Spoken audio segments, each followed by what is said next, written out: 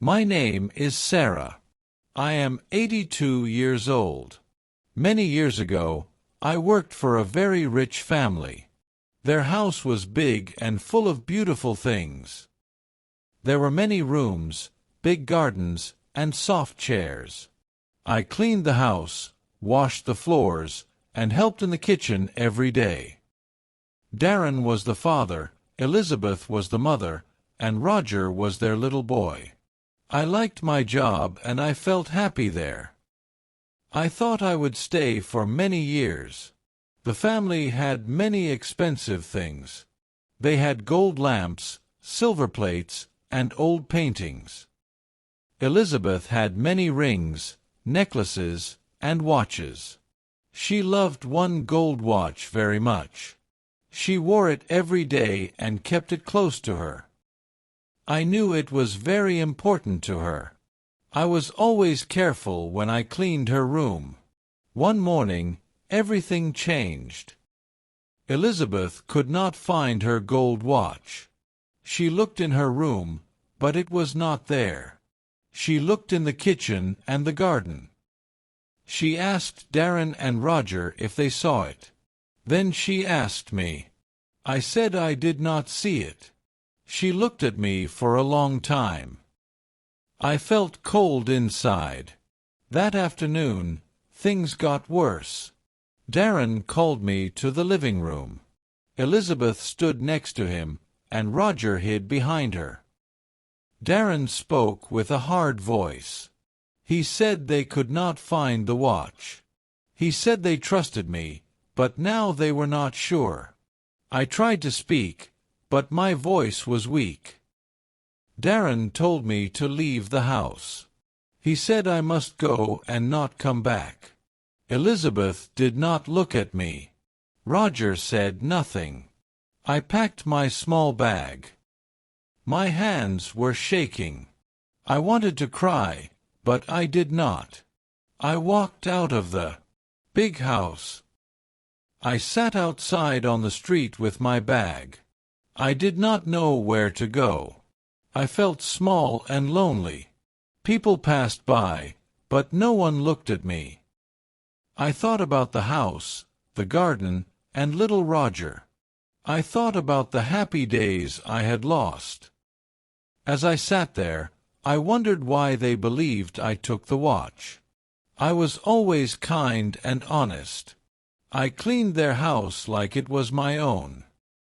I loved working there, but now they thought I was a thief. I closed my eyes and wished the day would end. I stayed on the street for a long time, feeling cold and tired. The day was slow, and the sun went down. I thought about where I could sleep that night. I had no home and no family in the city. My bag was small and light. It only had a few clothes and some coins. I got up and began to walk, but my legs felt heavy and weak. I found a small bench near a park. It was not soft, but it was a place to sit. I closed my eyes and tried to sleep, but my mind was full of sad thoughts. I missed my little room in the big house. I missed hearing Roger laugh in the morning. The next day, I woke up early. My back hurt from sleeping on the bench. My clothes were dirty, and my hair was messy. I walked to a small cafe and used the last coins I had to buy a piece of bread.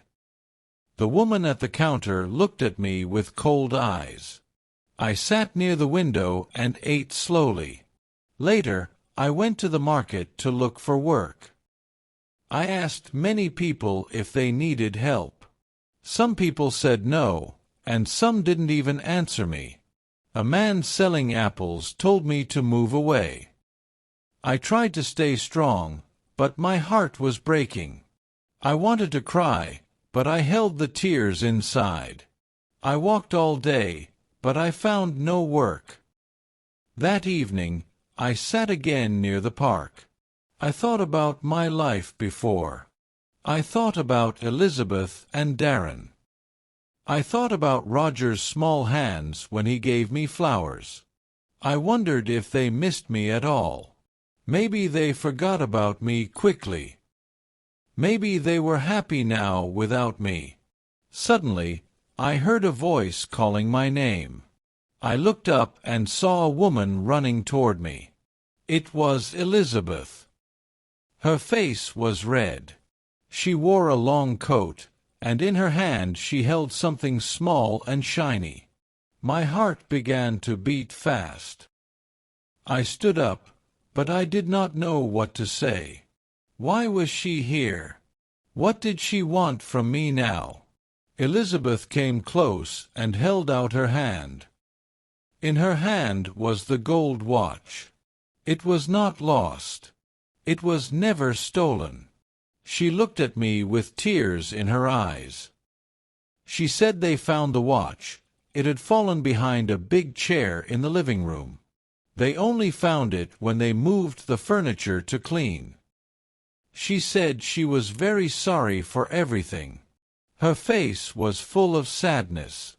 I looked at the watch and then at Elizabeth. I felt happy that I was not a thief. But then I also felt sad for all the pain. I felt angry that they did not trust me. I wanted to scream, but I said nothing. Elizabeth asked me to come back to work. She said they missed me. She said Roger cried for me every night. But I said nothing. I did not take her hand. I did not move. I looked at Elizabeth standing there with the watch in her hand. I thought about the cold words they said to me. I thought about the long night I spent on the bench. I thought about how they did not believe me when I told the truth. I wanted to forgive her, but it was not easy. Elizabeth spoke again. She said Darren felt very bad too. She said Roger asked for me every morning.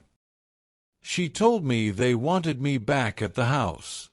She said I would have my room, my bed, and my work again. She promised they would never doubt me again. I listened to her words, but I stayed still. I was not sure if I could trust them again. Trust is easy to break and hard to fix. It is hard to go back to a place where your heart was broken. Elizabeth put the watch into her pocket and wiped her eyes. She said she understood if I could not forgive them. She said she just wanted me to know the truth. Her voice was soft and full of tears. I could see she really felt sorry, but I still felt cold inside. I thought about finding a new place where people would trust me. Sometimes it is better to move forward than to go back. Elizabeth waited for me to say something. I opened my mouth, but no words came out. I just shook my head slowly. I picked up my bag and began to walk away. I heard Elizabeth call my name again, but I did not turn back. I needed to find a new path, a better one. I did not know where I would sleep that night. I did not know where I would work. But I knew one thing, I knew I wanted a new beginning.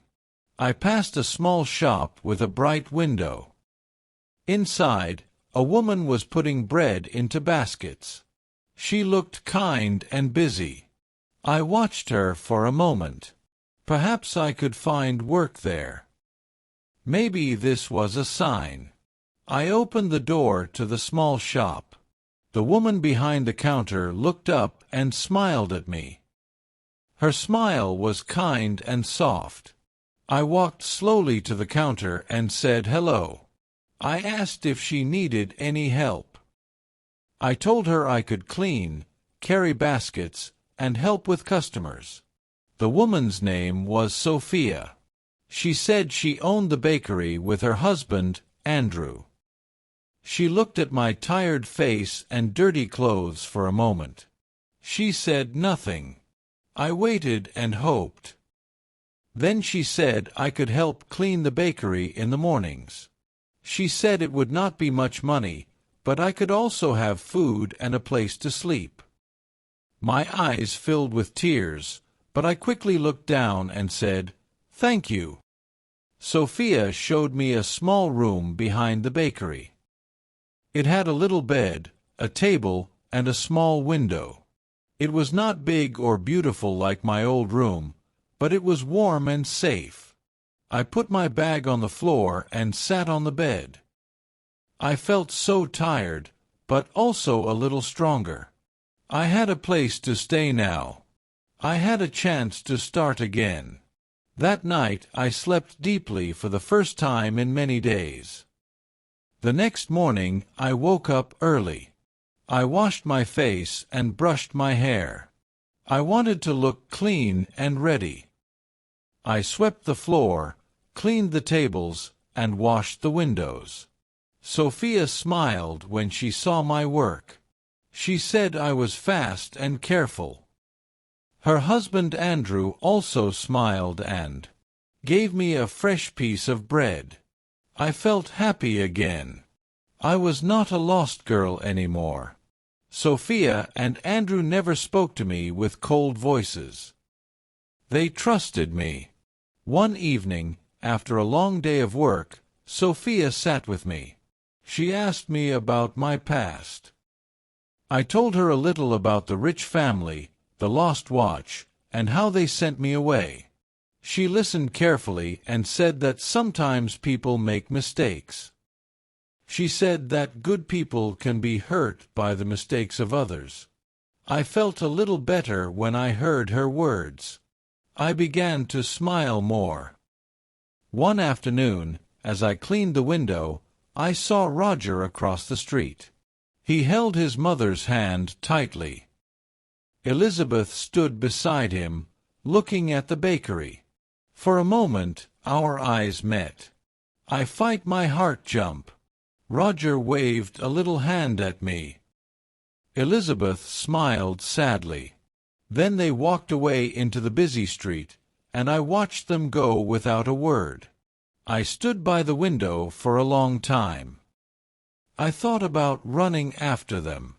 I thought about calling their names, but I did nothing. I knew I was not the same girl anymore. I had changed. My life had changed. Sometimes love is not enough when trust is broken. I wiped the window slowly and went back to my work. Sophia saw that I was quiet. She did not ask me any questions. She just smiled and said, "You are safe here." I smiled back and said, "Thank you."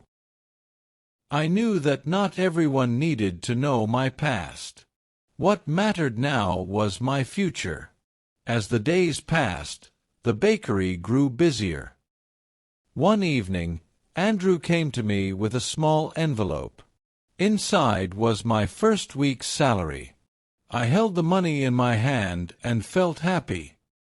It was not much, but it was mine. I had earned it with my own work. Even though my heart still had some old scars, I felt strong. I had gone through the pain and built a new life for myself. One sunny afternoon, as I arranged flowers in the shop, I saw a letter on the table. It had my name on it. I opened it with shaking hands. She wrote about Roger. She wrote about missing me. She wrote about regret. She asked if one day I could visit. I held the letter in my hands for a long time. I could hear Elizabeth's voice in every line. I could see Roger's small hands reaching for mine. I folded the letter and put it in my pocket. I needed time to think. That evening, I told Sophia about the letter. When I finished, she simply said, "Follow your heart." Her words stayed in my mind all night. I knew I could not stay stuck in the past. I had built a new life, but the old life was still a part of me. The next morning I packed a small bag. I wore my best dress and brushed my hair carefully. I told Sophia and Andrew that I would be gone for a day. They smiled and wished me luck. I began to walk. My heart was beating fast. When I reached the big house, I stood outside the gate for a long time. Then, I rang the bell and waited. Elizabeth opened the door. She moved aside to let me in without saying anything. Roger ran to me and hugged me tightly. My eyes filled with tears. Elizabeth watched us with wet eyes too. She said she was sorry again and again. She said she never should have doubted me. I listened quietly. Forgiveness is not easy, but it is possible when hearts are open. We sat in the garden and drank tea. Roger showed me his toys and told me about school. Elizabeth asked about my life in the bakery. I told them about Sophia and Andrew and the kindness I found there. It felt strange but good to sit there again. When the sun began to set, I stood up to leave. Elizabeth asked if I wanted to stay for dinner, but I said no. I needed to return to my new home. I hugged Roger and kissed his forehead. I shook Elizabeth's hand and smiled. I felt no anger, no sadness, only peace. I thought about the lost watch, the lost trust, and the lost home. But I also thought about what I had found: strength, kindness, and a new family. Sometimes losing something shows you what really matters.